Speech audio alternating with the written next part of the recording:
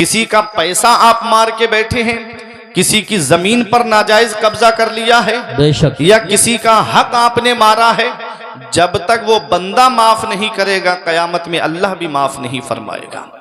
ये हुकूकुल इबाद आज हम ध्यान नहीं देते, आज इन हुकूकुल इबाद पर हम तवज्जो नहीं देते। मेरे अजीजों, ये दुनिया चंद दिन की है। हम इस दुनिया में रहने कितने दिन के लिए आए हैं? अभी चंद सालों पहले कोरोना काल में तुमने नहीं देखा, बड़े बड़े दौलत वाले, पैसे वाले गंगा नदी के किनारे बेगोरो कफन पड़े हुए थे, घर वाले लेने तक नहीं गए, परिजन उठाने तक नहीं गए, औलाद देखने तक नहीं गई। किस्मत वाला है वो बाप जो औलाद के कांधे पे कब्रिस्तान चला जाए, नसीब वाली है वो औलाद जो बाप के कांधे पे कब्रिस्तान चली जाए, किस्मत वाला है वो रिश्तेदार जो रिश्तेदार के कांधे पे कब्रिस्तान चला जाए। जाना सभी को है, इस हाल में दुनिया से मत जाना कि इधर जनाजा उठे, उधर मोहल्ले के लोग कहें एक जुआरी का जनाजा जा रहा है, एक शराबी का जनाजा जा रहा है, एक अय्याश का जनाजा जा रहा है, आलिमों और हाफिजों की बुराइयां करने वाले का जनाजा जा रहा है, मस्जिद और मदरसों में खुराफात फैलाने वालों का जनाजा जा रहा है। इस हाल में मत जाना, बल्कि इस हाल में जाना कि इधर जनाजा उठे, उधर इमाम साहब कहें गद्दारे मुस्तफा का नहीं, वफादारे मुस्तफा का जनाजा जा रहा है, गुलामे रसूल का जनाजा जा रहा है। जब इस हाल में जाओगे तो यही कहोगे ये नाज ये अंदाज हमारे नहीं होते, दामन में अगर टुकड़े तुम्हारे नहीं होते, बेदाम ही बिक जाइए बाजारे नबी में, इस शान के सौदे में खसारे नहीं होते। मिलती ना अगर भीख हुजूर आपके दर से, इस ठाट से मंगतों के गुजारे नहीं होते। नारे तकबीर, नारे रिसालत, नारे गौसियत, मसलकी आला हजरत मौलाना फुरकान मंजरी।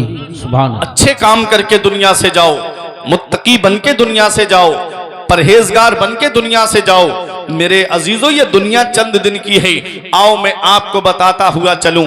अल्लाह फरमाता है इंसाफ करने का हमको हुक्म दे रहा है, और इंसाफ किसे कहते हैं? हर हकदार को उसका हक दिया जाए। हुकूकुल इबाद में, बंदों के हक में सबसे पहला हक जिसका है वो माँ बाप है। सबसे पहला हक बंदों के हुकूक में जिसका है वो माँ बाप है। माँ बाप अल्लाह रब्बुल इज्जत की वो अजीम नेमत है, इसका पता हमें तब चलता है जब बाप की चारपाई घर से उड़ती है, जब माँ की चारपाई घर से उड़ जाती है, तब हमें एहसास होता है आज कितनी बड़ी सपोर्ट मेरे घर से चली गई, आज कितना बड़ा साया मेरे सर से चला गया।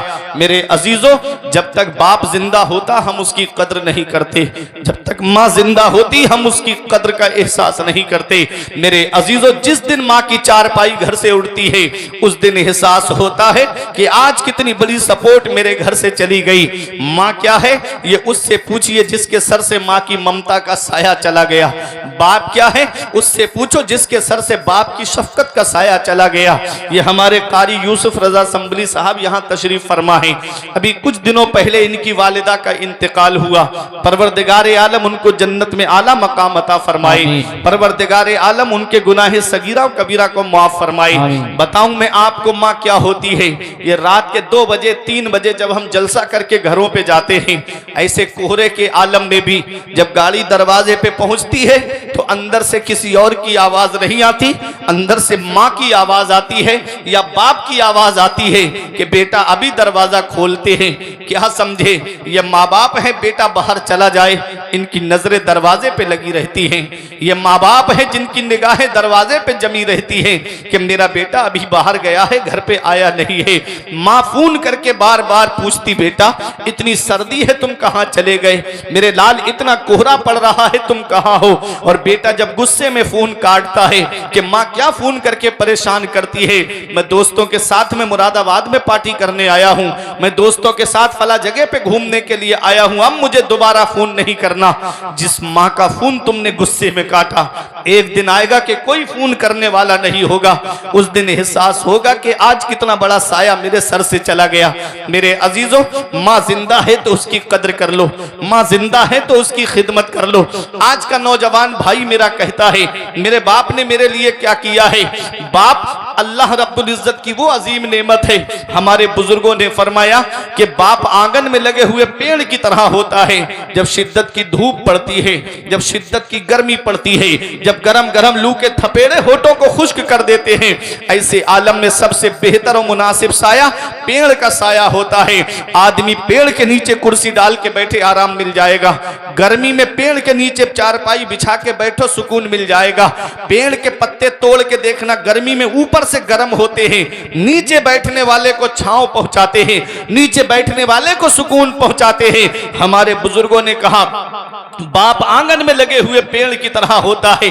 जिस दिन ये पेड़ आंगन से उखड़ गया उस दिन धूप भी परेशान करेगी, गरम गरम लू के थपेड़े भी परेशान करेंगे।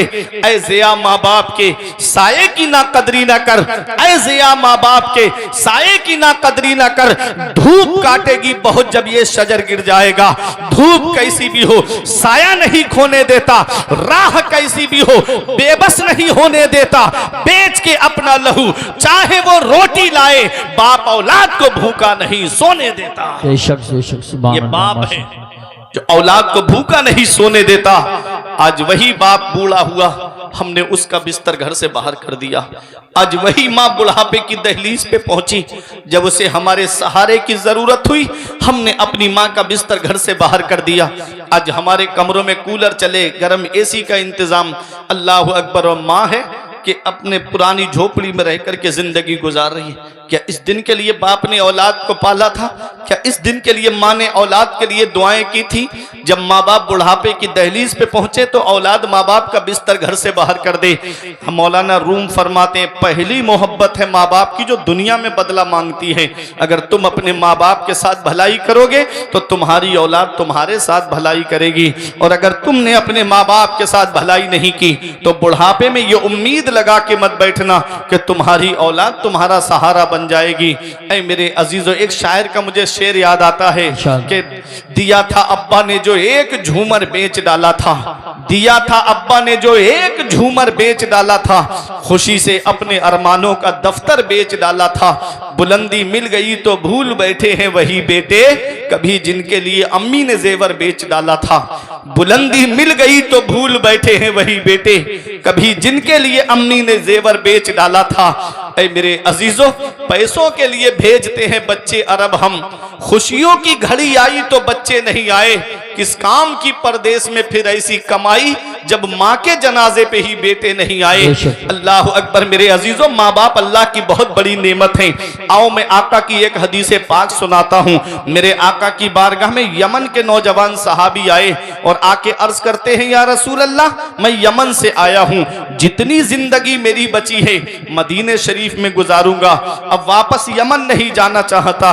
मेरा इंतकाल हो गया तो मेरा मदफन मदीने शरीफ में बनेगा, अब मैं वापस यमन नहीं जाऊंगा। आका ने इरशाद फरमाया हल्लका अबवाया, क्या तुम्हारे माँ बाप जिंदा हैं? क्या तुम्हारे माँ बाप हयात हैं? अर्ज किया हाँ या रसूल अल्लाह, माँ बाप तो जिंदा हैं। आका ने फरमाया क्या इजाजत लेकर आए हो? क्या माँ बाप से पूछ कर आए हो?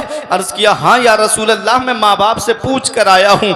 आका ने फरमाया जब इजाजत ली तो ये बताया कि अब उनका बेटा वापस नहीं आएगा? अर्ज किया हाँ या रसूल अल्लाह, मैंने ये भी बताया है कि आखिरी बार मेरा चेहरा देख लो, अब आज के बाद मैं वापस नहीं आऊंगा। मेरे आका फरमाते जब तुमने ये कहा कि अब उनका बेटा वापस नहीं आएगा तो उनका हाल क्या था? हंस रहे थे कि रो रहे थे? सहाबी की आंखों में आंसू आ गए। अर्ज करते हैं या रसूल अल्लाह, जब मैंने अपने माँ बाप से कहा कि मुझे आखिरी बार देख लो, अब मैं मदीने शरीफ में रहूंगा, वापस नहीं आऊंगा, तो मेरे माँ बाप मेरे गले लग के फूट फूट के रो रहे थे, उनकी आंखों में आंसू थे। पैगंबर इस्लाम तशरीफ फरमा थे, जलाल आ गया, आका को उठ के खड़े हो गए, इरशाद फरमाते हैं इरजी इलैहिमा फअदहिकहुमा कमा अबकैतहुमा, ए मेरे सहाबी वापस चले जाओ और जहां से आए हो वही लौट के चले जाओ, और जैसे माँ बाप को रुला के आए हो वैसे उन्हें हंसा दो, वो यमन में खुश हो जाएंगे, तेरा नबी तुझसे मदीने में राजी हो जाएगा। ओ माँ बाप को सता करके उम्रे के टूरों पे टूर करने वालों, ओ माँ बाप को सता करके बगदाद के चक्करों पे चक्कर लगाने वालों, माँ बाप एक एक पैसे की दवाई के लिए परेशान हैं और बेटा अजमेर की बड़ी देग में पैसे डाल कर आ रहा है, माँ बाप एक एक पैसे की दवाई के लिए परेशान है, है और बेटा शिमला मसूरी नैनीताल की सैर कर रहा है, याद रखना आका फरमाते हैं जिससे उसके माँ बाप राजी उससे अल्लाह राजी, उसका रसूल राजी, और जिससे उसके माँ बाप नाराज उससे ना अल्लाह राजी ना उसका रसूल राजी। घर में रूठे हुए माँ बाप को मना लो, वो हाथ उठा के दुआ कर देंगे। आका फरमाते हैं माँ बाप की दुआ औलाद के हक में ऐसे कबूल होती है जैसे नबियों की दुआ उम्मत के हक में कबूल होती है। दुकान में बरकत नहीं है तो माँ बाप से दुआएं कराओ, कारोबार में बरकत नहीं है तो माँ बाप से दुआएं कराओ, घरों के अंदर सुकून नहीं है तो माँ बाप से दुआएं कराओ, मुसीबतों ने घरों का दरवाजा देख लिया है तो माँ बाप से दुआएं कराओ। मेरे सर से मेरी सारी मुसीबत डाल देती है मेरी माँ, मेरे दामन में दुआएं डाल देती है। परेशान हो अंधेरों से तो जाओ माँ के कदमों में, वो जब चाहे मुकद्दर में उजाले डाल देती है। माँ बाप की दुआएं लिया करो। माँ बाप अल्लाह की बहुत बड़ी नेमत, इसका पता तब चलता है जब माँ का साया सर से उड़ जाता है। चीज की कद्र चीज के ना होने पे की जाती है। बेटा बाहर चला जाए तो हमारी सबसे ज्यादा परवाह करने वाली जो शख्सियत है वो हमारी माँ है और हमारा बाप है। आज वही बूढ़े हुए तो हम उनसे कत्अ ताल्लुक कर लेते हैं, उनके हुकूक की अदायगी नहीं करते। अल्लाह कुरान में क्या फरमाता है, 15वां पारा, अल्लाह फरमाता है वक़ज़ा रब्बुका अल्ला तअबुदू इल्ला इय्याहु व बिल वालिदैनि इहसाना इम्मा यबलुगन्ना इंदकल किबरा अहदुहुमा औ किलाहुमा फला तकुल लहुमा उफ़्फ़िन वला तनहरहुमा व कुल लहुमा क़ौलन करीमा। अल्लाह फरमाता है हुक्म दिया तेरे रब ने कि अपने रब के सिवा किसी की बंदगी ना करो और अपने माँ बाप के साथ में हुस्न सलूक करो, अपने माँ बाप के साथ में भलाई करो। इम्मा यबलुगन्ना इंदकल किबरा अहदुहुमा औ किलाहुमा, वो दोनों बुढ़ापे को पहुंच जाए या उनमें का कोई एक बुढ़ापे को पहुंच जाए, अल्लाह फरमाता है तो उन्हें उफ भी नहीं कहना है, उन्हें झिड़कना नहीं, उनसे जब भी बात करना है वक़ुल लहुमा क़ौलन करीमा, जब भी बोलना तो मोहब्बत से बोलना, जब भी बोलना तो प्यार से बोलना। क्या मतलब ये है, हमारे उलमा फरमाते हैं कि औलाद को माँ बाप से ऐसे बात करनी चाहिए जैसे ग़ुलाम अपने आका से बात करता है, जैसे नौकर अपने मालिक से बात करता है, जैसे नीचे का अधिकारी बड़े अधिकारी से बात करता है। मेरे अजीज़ों, अगर बाप रास्ता चल रहा है बिला वजह अगर औलाद बाप के आगे चले तो ऐसी औलाद को बेअदबों में शुमार किया जाता है। बाप अल्लाह की बहुत बड़ी नेमत है, माँ अल्लाह की बहुत बड़ी नेमत है। अल्लाह कुरान में फरमाता है वक़्फ़िद लहुमा जनाह ज़ुल्ल मिनर रहमा वक़ुर रब्बिरहमहुमा कमा रब्बयानी सगीरा। अल्लाह फरमाता है अपने माँ बाप के लिए मेहरबानी का बाजू बिछाओ और ऐसे दुआ करो, या अल्लाह मेरे माँ बाप पे ऐसा रहम फरमा जैसा उन्होंने बचपन में मेरे ऊपर रहम किया था। बाप कितनी मोहब्बत करता है अपनी औलाद से। ये हाजी साहब हैं, अपने बेटे से कितनी मोहब्बत करते हैं, अपने बेटे से कितना प्यार करते हैं। आज नबी की सुन्नत इन्होंने अदा की है, अकीका किया अपने बेटे का। बाप क्या होता है इसका पता तब चलता है जब हम खुद बाप बनते हैं, जब खुद की औलाद होती है ना, तब एहसास होता है कि बाप क्या होता है। आज हमारी औलाद की तबीयत खराब हो जाए, हम संभल के डॉक्टरों के दरवाजे पे जाएंगे, यहाँ फायदा नहीं होगा मुरादाबाद लेकर के जाएंगे, वहाँ के डॉक्टरों से फायदा नहीं हुआ तो दिल्ली वगैरह लेकर के जाएंगे।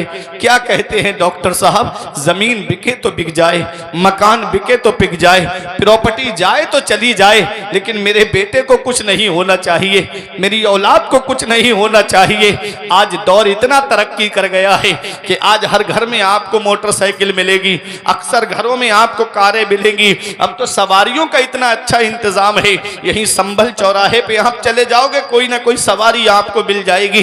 जरा दिल पे हाथ रख के मुझे बताओ, अब से 25-30 साल पहले पलट करके जाओ, दौर इतना तरक्की याफ्ता नहीं था। आज अक्सर हर तरफ आपको सीमेंटेड रोड मिलेंगे, पहले कच्ची सड़कें हुआ करती थी। मेरे अजीजों, पहले सवारियों का इतना इंतजाम नहीं था जितना सवारियों का इंतजाम आज है। जरा सोचो, अपने बचपन को गौर करो। आज हमारी औलाद बीमार पड़ी, हम रातों में डॉक्टरों के घरों के चक्कर लगाते हैं। आज जिस बाप की खांसी अच्छी नहीं लगती, जिस माँ का बोलना आज हमको अच्छा नहीं लगता, जब बचपन में हम बीमार पड़े थे, यही हमारी बूढ़ी माँ है जिसने सर्दी में अपनी चादर अपनी औलाद को उड़ा दी, खुद तो ठिठरती रही लेकिन बेटे को सर्दी लगने नहीं दी। यही हमारा बूढ़ा बाप है जिसके पैर पैर में चप्पल नहीं होती, हमको डॉक्टरों के घर पे लेकर के गया। डॉक्टरों के घरों के जिसने रातों में चक्कर लगाए और क्या कहा डॉक्टर साहब, जमीन बिके तो बिक जाए, मकान बिके तो बिक जाए, लेकिन मेरे बेटे को कुछ नहीं होना चाहिए। आज वही बेटा जवान हुआ, 4 पैसे क्या कमाने लगा। वो माँ बाप से दूरी बनाए रखता है, वो माँ बाप से दूरी इख्तियार करने की कोशिश करता है। याद रखना मेरे अजीजों, माँ बाप अल्लाह की बहुत बड़ी नेमत है। इस दौर में जहां हर चीज में आपको मिलावट मिलेगी, दूध में आपको मिलावट मिलेगी, घी में आपको मिलावट मिलेगी, चीनी और खाने पीने की अशिया में आपको मिलावट मिलेगी।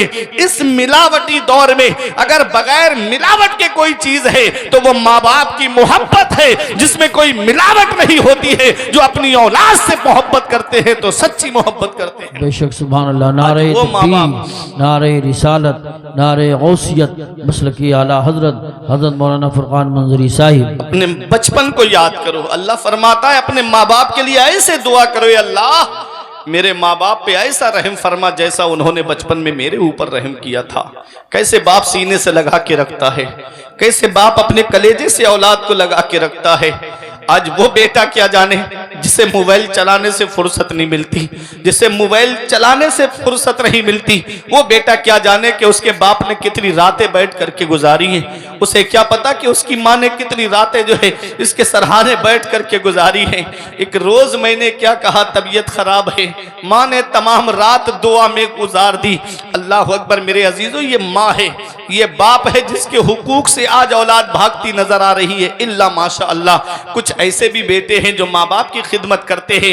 एक पैगाम दूंगा अपने अजीजों को कि अगर अल्लाह ने 3-4 बेटे दिए हैं तो एक बेटा मदरसे में जरूर भेज देना, एक बच्चे को आलिम या हाफिज जरूर बना देना। जब दुनिया में सब साथ छोड़ जाते हैं ना माँ बाप का, मैंने देखा है जब जिस बेटे के पास दीनी तालीम होती है वो अपनी माँ की खिदमत करने को अपनी जन्नत समझता है, अपने बाप की खिदमत करने को जन्नत समझता है। और दुनियावी तालीम हासिल करने वालों को भी मैंने देखा, कोई शहर में हॉस्पिटल खोल के रह रहा है, कोई अपना इंजीनियर है तो अलग ऑफिस बना करके रह रहा है। बाप के इंतकाल का वक्त करीब आया, लाखों रुपये जिस औलाद की पढ़ाई पे खर्च किए, लाखों रुपये जिसकी तालीम पे खर्च किए, वो तो ऑफिस बना करके, हॉस्पिटल बना करके अलग अलग अपनी जिंदगी गुजार रहे हैं। और बाप है इधर बिस्तरे मर्ग पे लेटा हुआ है, रूह निकलने में दुश्वारी हो रही है। बाप कहता है कि मेरे बेटों को बुला दो, तो कोई कहता है अभी वक्त नहीं मिल रहा है, कोई कह रहा है कि टिकट नहीं मिल रहा है, कोई कहता है कि कल आ जाऊंगा, आज बहुत जरूरी काम है ऑफिस का। मेरे अजीजों, और कभी देखना जिस बेटे को आलिम या हाफिज बनाया है वो दौड़ के आएगा अपने वालिद के पास में और कहता है अब्बा क्या बात है। अब्बा अगर कहेंगे बेटे बहुत तकलीफ हो रही है तो वही बेटा सरहाने बैठ करके सूरह यासीन की तिलावत करता हुआ नजर आएगा। मेरे अजीजों, मैं सबको नहीं कहता, बड़े बड़े फर्माबरदार बेटे भी है, लेकिन अक्सरियत इसी तरफ है। मेरे अजीजों के बुढ़ापे में माँ बाप से दूरी इख्तियार कर ली जाती है। आप चाहते हो कि बुढ़ापे में जिंदगी सुकून से गुजरे तो एक बेटे को आलिम या हाफिज जरूर बना देना, ताकि जब बंटवारे की लड़ाइयां बेटे लड़ रहे हो तो यही बेटा सरहाने बैठ करके कुरान की तिलावत कर रहा हो, यही बेटा मुसल्ले पे खड़े हो के नमाज पढ़ा करके दुआ करे, रब्बना ग़फिरली वले वालिदैया वलिल मुमिनीना यौम यक़ूमुल हिसाब। ये अल्लाह मुझे बख्श दे, मेरे माँ बाप को बख्श दे और तमाम मोमिनीन को बख्श दे। वो दुआ जमीन के ऊपर करेगा, अल्लाह उसके माँ बाप को जमीन के नीचे बख्श देगा। सुभान अल्लाह, माशाअल्लाह। ये मेरे अजीजों, मरने से पहले मरने की तैयारी करो। मूतू कबला अन तमूतू, मरने से पहले मरने की तैयारी करो। ये दुनिया चंद दिन की है।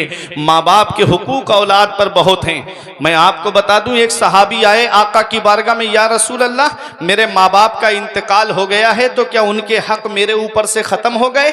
आका ने फरमाया 5 हक हैं जो अभी बाकी हैं, बाकी जितने हुकूक हैं वो इन्हीं 5 की जिम्न में आते हैं। मेरे आका ने इरशाद फरमाया, पहला हक माँ बाप का ये है उनके इंतकाल के बाद में अस्सलातु अलैहिमा, कि उनकी नमाज जनाजा पढ़े। औलाद क्या करे? उनकी नमाज जनाजा पढ़े। और दूसरा हक आका फरमाते अल इस्तिग़फ़ारु लहुमा, औलाद अपने माँ बाप के लिए बख्शिश की दुआ करती रहे, औलाद अपने माँ बाप के लिए मगफिरत की दुआ करती रहे। 2, तीसरा हक माँ बाप का ये है उनका इंतकाल हो जाए तो मेरे आका फरमाते हैं कि माँ बाप की वजह से जो रिश्ते कायम हैं, जो रिश्ते हैं, माँ की तरफ से ननिहाल का रिश्ता, बाप की तरफ से ददिहाल का रिश्ता, इन रिश्तों को खत्म ना किया जाए माँ बाप के इंतकाल के बाद में, बल्कि औलाद इन रिश्तों को बाकी रखे। अगर उनकी बेटी है तो अपनी बहन से रिश्ता बाकी रखे, अगर उनकी बाप की बहन है तो फूफी से रिश्ता बाकी रखे, ख़त्म ना करे उनके इंतकाल के बाद में। मेरे अजीज़ों, मेरे आका हुजूर सल्लल्लाहु ताला अलैहि वसल्लम फरमाते हैं, सिल मन कता का, जो तुझसे रिश्ता तोड़े तो उससे रिश्ता जोड़, और जो तुझ पे जुल्म करे तो उसे माफ़ कर दे। आज अल्लाह माफ़ करने वालों को पसंद फरमाता है, अल्लाह माफ़ करने वालों को पसंद फरमाता है। मेरे अजीज़ों, 3 हक हो गए। पहला हक नमाज जनाजा पढ़े औलाद अपने माँ बाप की, दूसरा हक ये है कि उनके लिए बख्शिश और मगफिरत की दुआ करती रहे, और तीसरा हक ये है कि जो रिश्ते माँ बाप की वजह से कायम हैं उन रिश्तों को बाकी रखे। चौथा हक ये है कि जो वादा माँ बाप ने दुनिया में किया और वो पूरा ना कर सके, वो जायज़ वादा है तो औलाद उसे पूरा करे। 5वां हक ये है कि जो उनके दोस्त थे, जिनसे उनके ताल्लुकात थे, वो औलाद उनका अदब करती रहे बाद में, लेकिन शर्त यह है कि ईमान वाला हो, शर्त यह है कि सुन्नी सहीहुल अकीदा हो। कहीं ऐसा ना हो कि उनका रिश्ता बदमज़हबों से है तो आप जो है वो उनका भी अदब व एहतराम करें। जो सुन्नी सहीहुल अकीदा है उसके लिए शरीयत के अहकाम लागू होते हैं। तो ये तो हुए माँ बाप के हक। अब मैं आखिरी बात बताऊं फिर तकरीर को ख़त्म करूं, वक्त ज़्यादा हो गया है। औलाद के हक क्या है माँ बाप के ऊपर?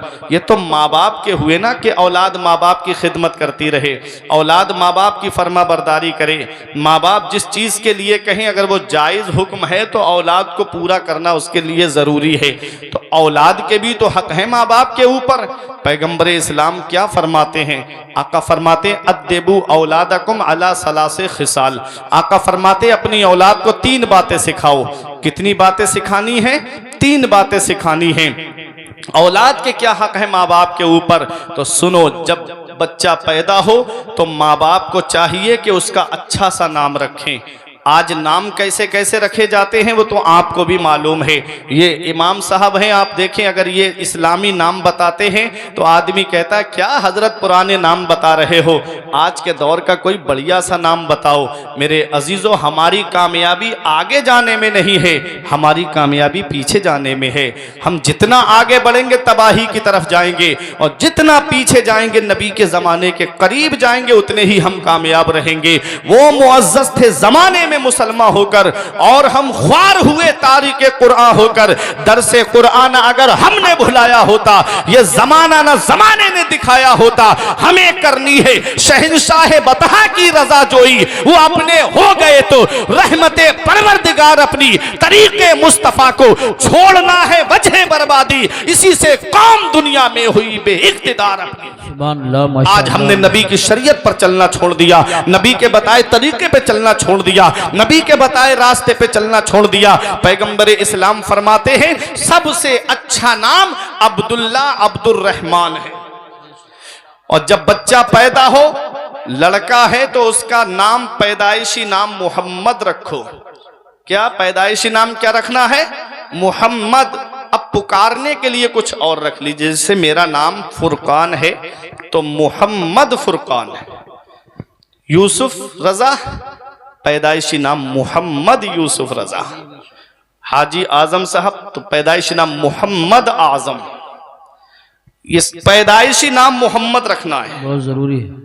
हमने यहाँ तक पढ़ा है किताबों में कि अगर कोई इंसान जैसे हमल है, बच्चा है, और आदमी ये नियत कर ले कि अगर लड़का है तो मैं उसका नाम मोहम्मद रखूंगा तो अल्लाह ताला बेटा ही अता फरमाए। बेशक ये नाम की बरकत है।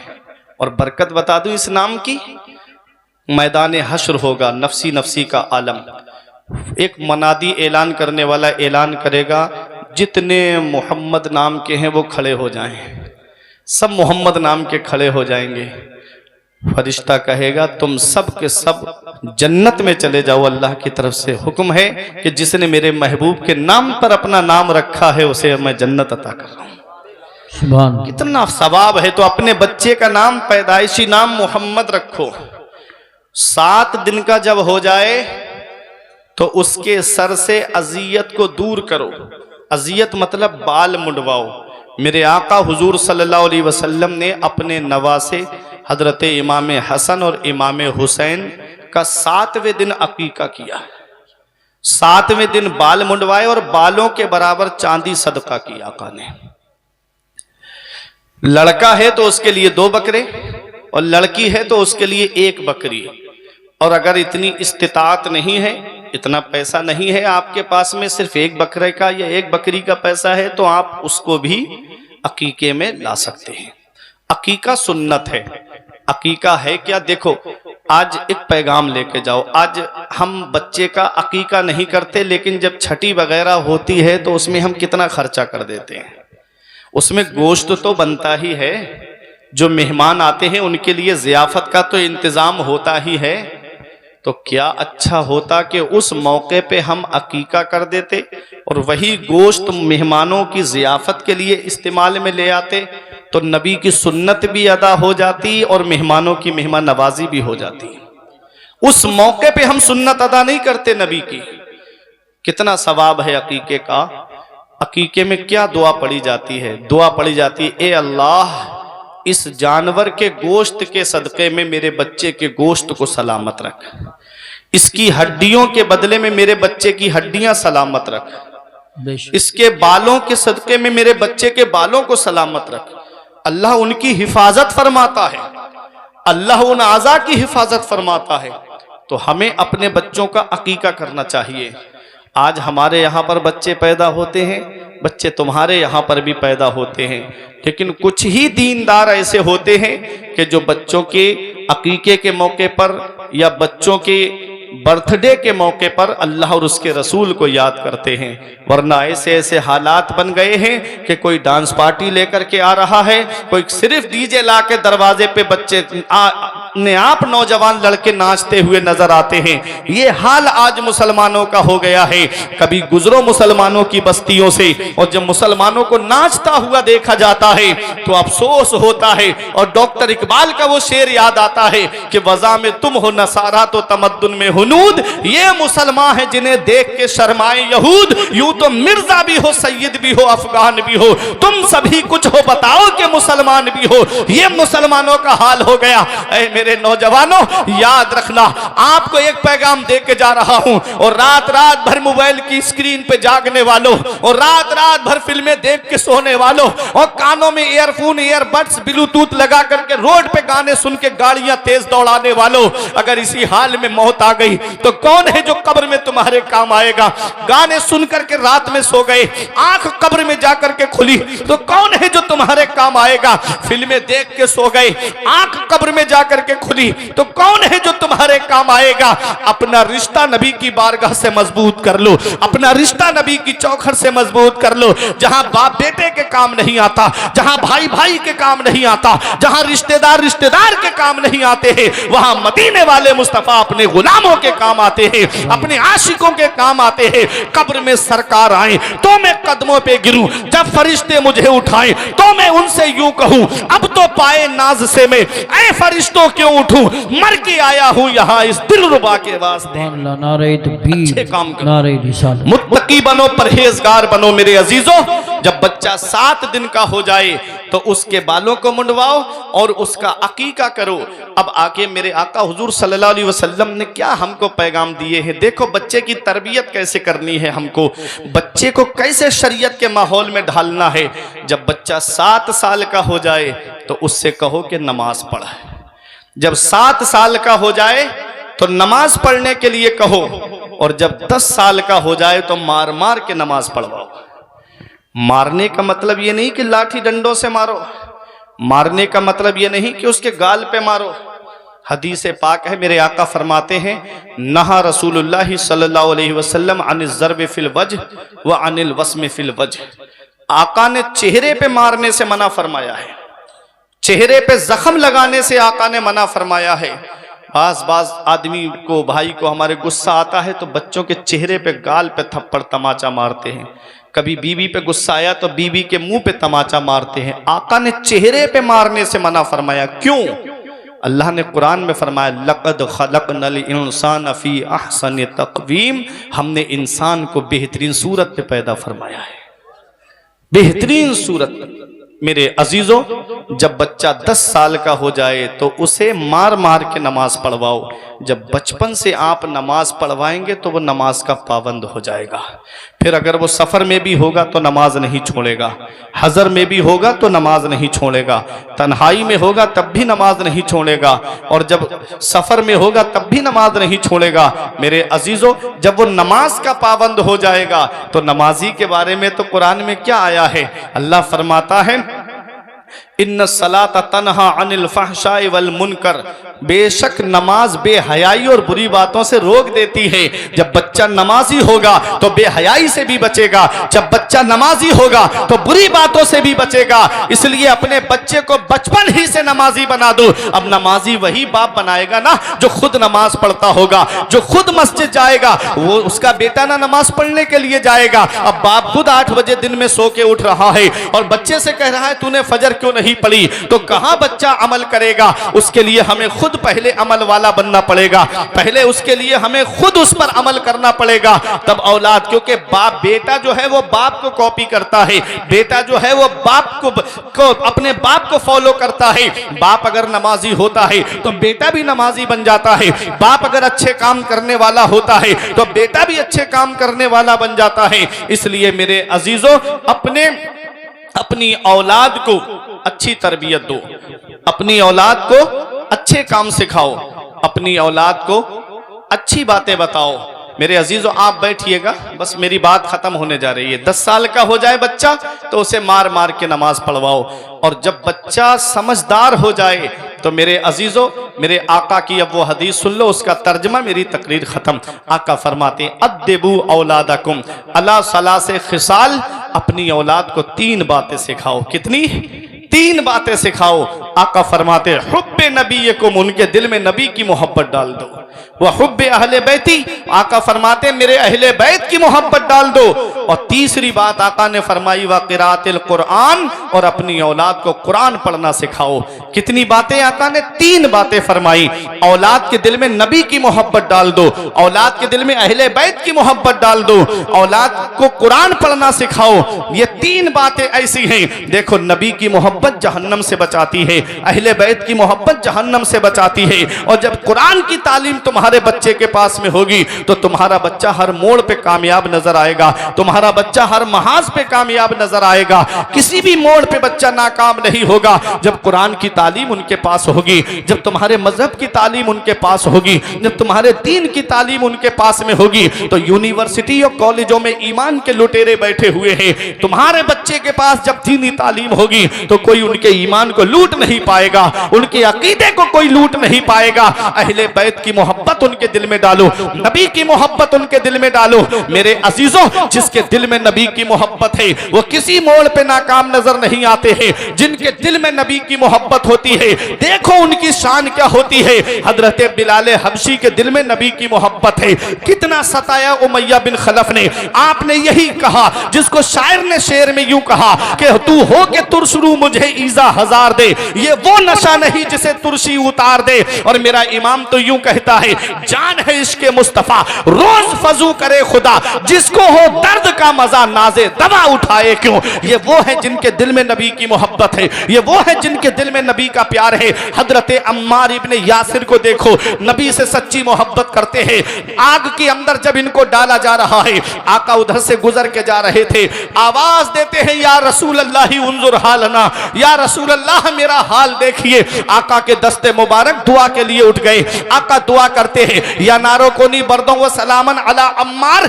कमा कुंते अला इब्राहिम, ए अल्लाह मेरे अम्मार पर आग वैसी ही ठंडी और सलामती वाली हो जाए जैसे हजरत इब्राहिम अलैहिस्सलाम पे ठंडी और सलामती वाली हो गई थी। मेरे अजीजों, ये हजरत अम्मार इब्ने यासिर है।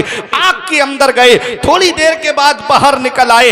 हजरत अम्मार इब्ने यासिर जब बाहर निकले तो कुफ्फारे मक्का ने सोचा कि इनको को तो आग ने भी नहीं जलाया, तो लालच दिया और कहा, ए अम्मार इब्ने यासिर, तुम जिस कबीले की लड़की से कहोगे वहां तुम्हारा निकाह करा देंगे, तुम जितनी दौलत कहोगे कदमों पे ला करके डाल देंगे, तुम जिस कबीले की सरदारी मांगोगे उस कबीले का सरदार बना देंगे, बस एक शर्त है, नबी से मोहब्बत करना छोड़ दो, नबी से प्यार करना छोड़ दो, नबी का नाम लेना छोड़ दो। जवाब सुनो अम्मार इब्ने यासिर का, फरमाते, ओ लोगों, सारी दुनिया की दौलत लाकर मेरे कदमों पे रख दोगे तब भी मैं अपने नबी का नाम लेना नहीं छोड़ सकता, नबी से मोहब्बत करना नहीं छोड़ सकता।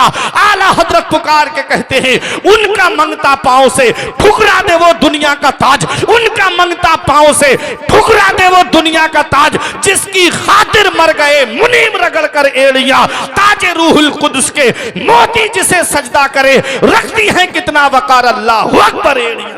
ये नबी के गुलामों की शान है, ये नबी के आशिकों की शान है। इसलिए अपनी औलाद के दिल में नबी की मोहब्बत डाल दो, अपनी औलाद के दिल में नबी का प्यार डाल दो। अब दूसरी बात आका फरमाते हैं, मेरे अहले बैत की मोहब्बत उनके दिल में डाल दो। अपनी बच्चियों को हजरत फातिमा का पर्दा बताओ, अपनी बच्चियों को हजरत ज़ैनब का पर्दा बताओ, अपनी बच्चियों को हजरत सकीना का पर्दा बताओ। कभी इर्तिदाद की तरफ नहीं जाएंगी। जब तुम्हारी बच्चियों के हाथ में सीरत फातिमा की किताब होगी, सीरत ज़ैनब की किताब होगी, सीरत सकीना की किताब होगी, उनको मोबाइल नहीं सीरत फातिमा की किताब उनके हाथ में दे दो, कभी इर्तिदाद की तरफ नहीं जाएंगी। वो जानेंगी हजरत फातिमा का पर्दा क्या है, हजरत ज़ैनब का पर्दा क्या है, हजरत सकीना का पर्दा क्या है। वो हजरत फातिमा जिन्होंने अपने शौहर अली शेर खुदा से कहा, जब मेरा इंतकाल हो जाए तो मेरा जनाजा रात के अंधेरे में निकालना। अली शेर खुदा कहते हैं, दोनों आलम के मालिक व मुख्तार की बेटी हो फातिमा, ऐसा क्यों? कहा कि जिस फातिमा के सर के बाल को आसमान के चांदो सूरज ने भी नहीं देखा है, उसके जनाजे पर किसी गैर महरम की नजर ना पड़े।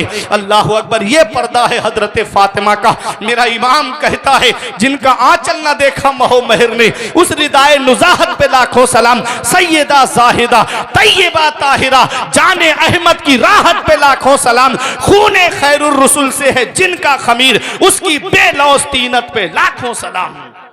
ये हजरत फातिमा का पर्दा है, ये हजरत फातिमा के पर्दे की शान है। वो हजरत ज़ैनब, हजरत अब्दुल्ला बिन सहल कहते हैं कि मैं 15 साल हजरत ज़ैनब के घर का पड़ोसी रहा, मैंने पर्दे में भी छुपी ज़ैनब नहीं देखी। पर्दे में औरत जब कभी घर से निकलती है तो नजर आ जाती है कभी कभी। वो कहते हैं मैंने पर्दे में भी छुपी ज़ैनब नहीं देखी। कितना पर्दा रहा होगा उनका, कितनी शान है उनके पर्दे की। और वो हजरत सकीना, जब ये काफिला यजीद के दरबार में जा रहा था तो जब दमिश्क में दाखिल होने वाला था तो मेरे नबी के एक सहाबी ने देखा कि ये तो नवासे रसूल का सर है, तो वो रोते हुए आए और जब करीब आए तो कुछ दिरहम व दीनार की थैली लेकर के हजरत सकीना के पास आए और कहा कि ये आप मुझसे कबूल कर लीजिए। आपने फरमाया मुझे नहीं चाहिए ये, और तुम कौन हो जो इस बेकसी के आलम में हमारी मदद कर रहे हो? यहां तो कोई हमारी मदद के लिए आगे नहीं बढ़ रहा है, तुम कौन हो? कहा मैं तुम्हारे नाना का गुलाम हूं, मैं तुम्हारे नाना का सहाबी हूं। तो हजरत सकीना ने कहा ये दिरहम हमको नहीं चाहिए, जिसके हाथ में मेरे बाबा के सर वाला नेजा है, ये दिरहम उसको ले जाके दे दो और उससे कहो कि ये सरे मुबारक लेके आगे चला जाए, हमारे करीब से दूर चला जाए। तो कहा इससे आपको क्या फायदा होगा? तो हजरत सकीना ने कहा कि ये सरे मुबारक हमारे बराबर में चल रहा है तो लोगों की नजरें हमारे चेहरों पे पड़ रही हैं, जब ये सरे मुबारक आगे चला जाएगा तो नजरें सबकी सरे मुबारक पे होंगी, हमारा पर्दा महफूज रहेगा। ये अपनी बच्चियों को बताओ, कभी इर्तिदाद की तरफ नहीं जाएंगी। अपनी बच्चियों को हजरत फातिमा का पर्दा बताओ, अहले बैत की शान बताओ उनको। अपने बच्चों को, अपने बेटों को इमाम हुसैन की इस्तिकामत बताओ, इमाम हुसैन का सब्र बताओ। आका फरमाते हैं मेरे अहले बैत की मोहब्बत उनके दिल में डाल दो, मेरे अहले बैत का प्यार उनके दिल में डाल दो। और अहले बैत क्या है, पंजतन क्या है? आका ने फरमाया राई तो लैलता उसरिया भी अला बाबिल जन्नत मकतूबा। आका फरमाते जब मैं मेराज को तशरीफ ले गया तो मैंने जन्नत के दरवाजे पे लिखा हुआ देखा। सहाबा ने अर्ज किया आका क्या लिखा हुआ था? आका फरमाते हैं लिखा है ला इलाहा इल्लल्लाह मुहम्मदुर रसूलुल्लाह। कलमा शरीफ लिखा है और लिखा है अलीयुन हिब्बुल्लाह फातिमतो खियारतुल्लाह अल हसन वल हुसैन सिफ़वतुल्लाह व अला बाग़िदिहिम लानतुल्लाह। मेरे आका फरमाते जन्नत के दरवाजे पे मेरा नाम लिखा हुआ है और लिखा है कि अली अल्लाह का महबूब है, फातिमा अल्लाह की पसंदीदा बंदी है, हसन और हुसैन अल्लाह के चुनीदा बंदे हैं, और जो इनसे बुग़्ज़ रखता है, जो इनसे नफरत करता है, उस पर अल्लाह की लानत है। मेरे अजीजों क्या समझे, जन्नत के दरवाजे पे मेरे नबी का नाम लिखा है, जन्नत के दरवाजे पर मौला अली का नाम लिखा है, जन्नत के दरवाजे पर हजरत फातिमा का नाम लिखा है, जन्नत के दरवाजे पर हसनैन करीमैन का नाम लिखा है। मैं शायर अहले सुन्नत भाई हसीबुर रहमान के मकान पर जाऊं तब तक घर के अंदर दाखिल नहीं होगा जब तक शायर साहब की इजाजत नहीं होगी। मैं नकीब अहले सुन्नत कारी यूसुफ रजा संबली के मकान पर जाऊं तब तक घर के अंदर नहीं जा सकता जब तक कारी साहब की इजाजत नहीं होगी। मैं मौलाना इमरान नईमी साहब के मकान पर जाऊं जब तक घर के अंदर नहीं जा सकता जब तक नईमी साहब की इजाजत नहीं होगी। अरे जन्नत के दरवाजे पर किसका नाम लिखा है? दुनिया का हाल यह है कि जब तक घर वाले की इजाजत नहीं होती है हम घर के अंदर नहीं जा सकते। जन्नत के दरवाजे पर मेरे नबी का नाम लिखा है, जन्नत के दरवाजे पर मौला अली का नाम लिखा है, जन्नत के दरवाजे पर हजरत फातिमा का नाम लिखा है, जन्नत के दरवाजे पर हसनैन करीमैन का नाम लिखा है। जब तक पंजतन इजाजत नहीं देंगे किसी का बाप भी जन्नत में दाखिल नहीं हो सकता है। अल्लामा हसन कहते हैं बाग जन्नत के हैं बहरे मदह खाने अहले बैत, तुमको मुज्दा नार काए दुश्मनाने अहले बैत, उनकी पाकी का खुदाए पाक करता है बयां, आया ये ततहीर से जाहिर है शाने अहले बैत, बेअदब गुस्ताख फिरके को सुना दे ऐ हसन, यूं कहा करते हैं सुन्नी दास्ताने अहले बैत। तो मेरे अजीजों अहले बैत की मोहब्बत अपनी औलाद के दिल में डालो। तीसरी बात कुरान पढ़ना सिखाओ, कुरान की तालीम अपने बच्चों को सिखाओ। हजरत अब्दुल्ला इब्न मसूद फरमाते हैं मन अरदल इल्मा फअलैहि बिल कुरान, जो तालीम का इरादा करे, जो एजुकेशन का इरादा करे, जो शिक्षा का इरादा करे, उसे चाहिए कि वो पहले कुरान की तालीम हासिल करे। पहले अपने बच्चों को कुरान पढ़ना सिखाओ, फिर उसके बाद चाहे डॉक्टर बनाओ चाहे इंजीनियर बनाओ। जब कुरान और हदीस की तालीम उनके पास होगी तो वो अपने ईमान का सौदा करते हुए नजर नहीं आएंगे, वो फिर काम भी करेंगे तो रज़ाए इलाही के लिए काम करेंगे।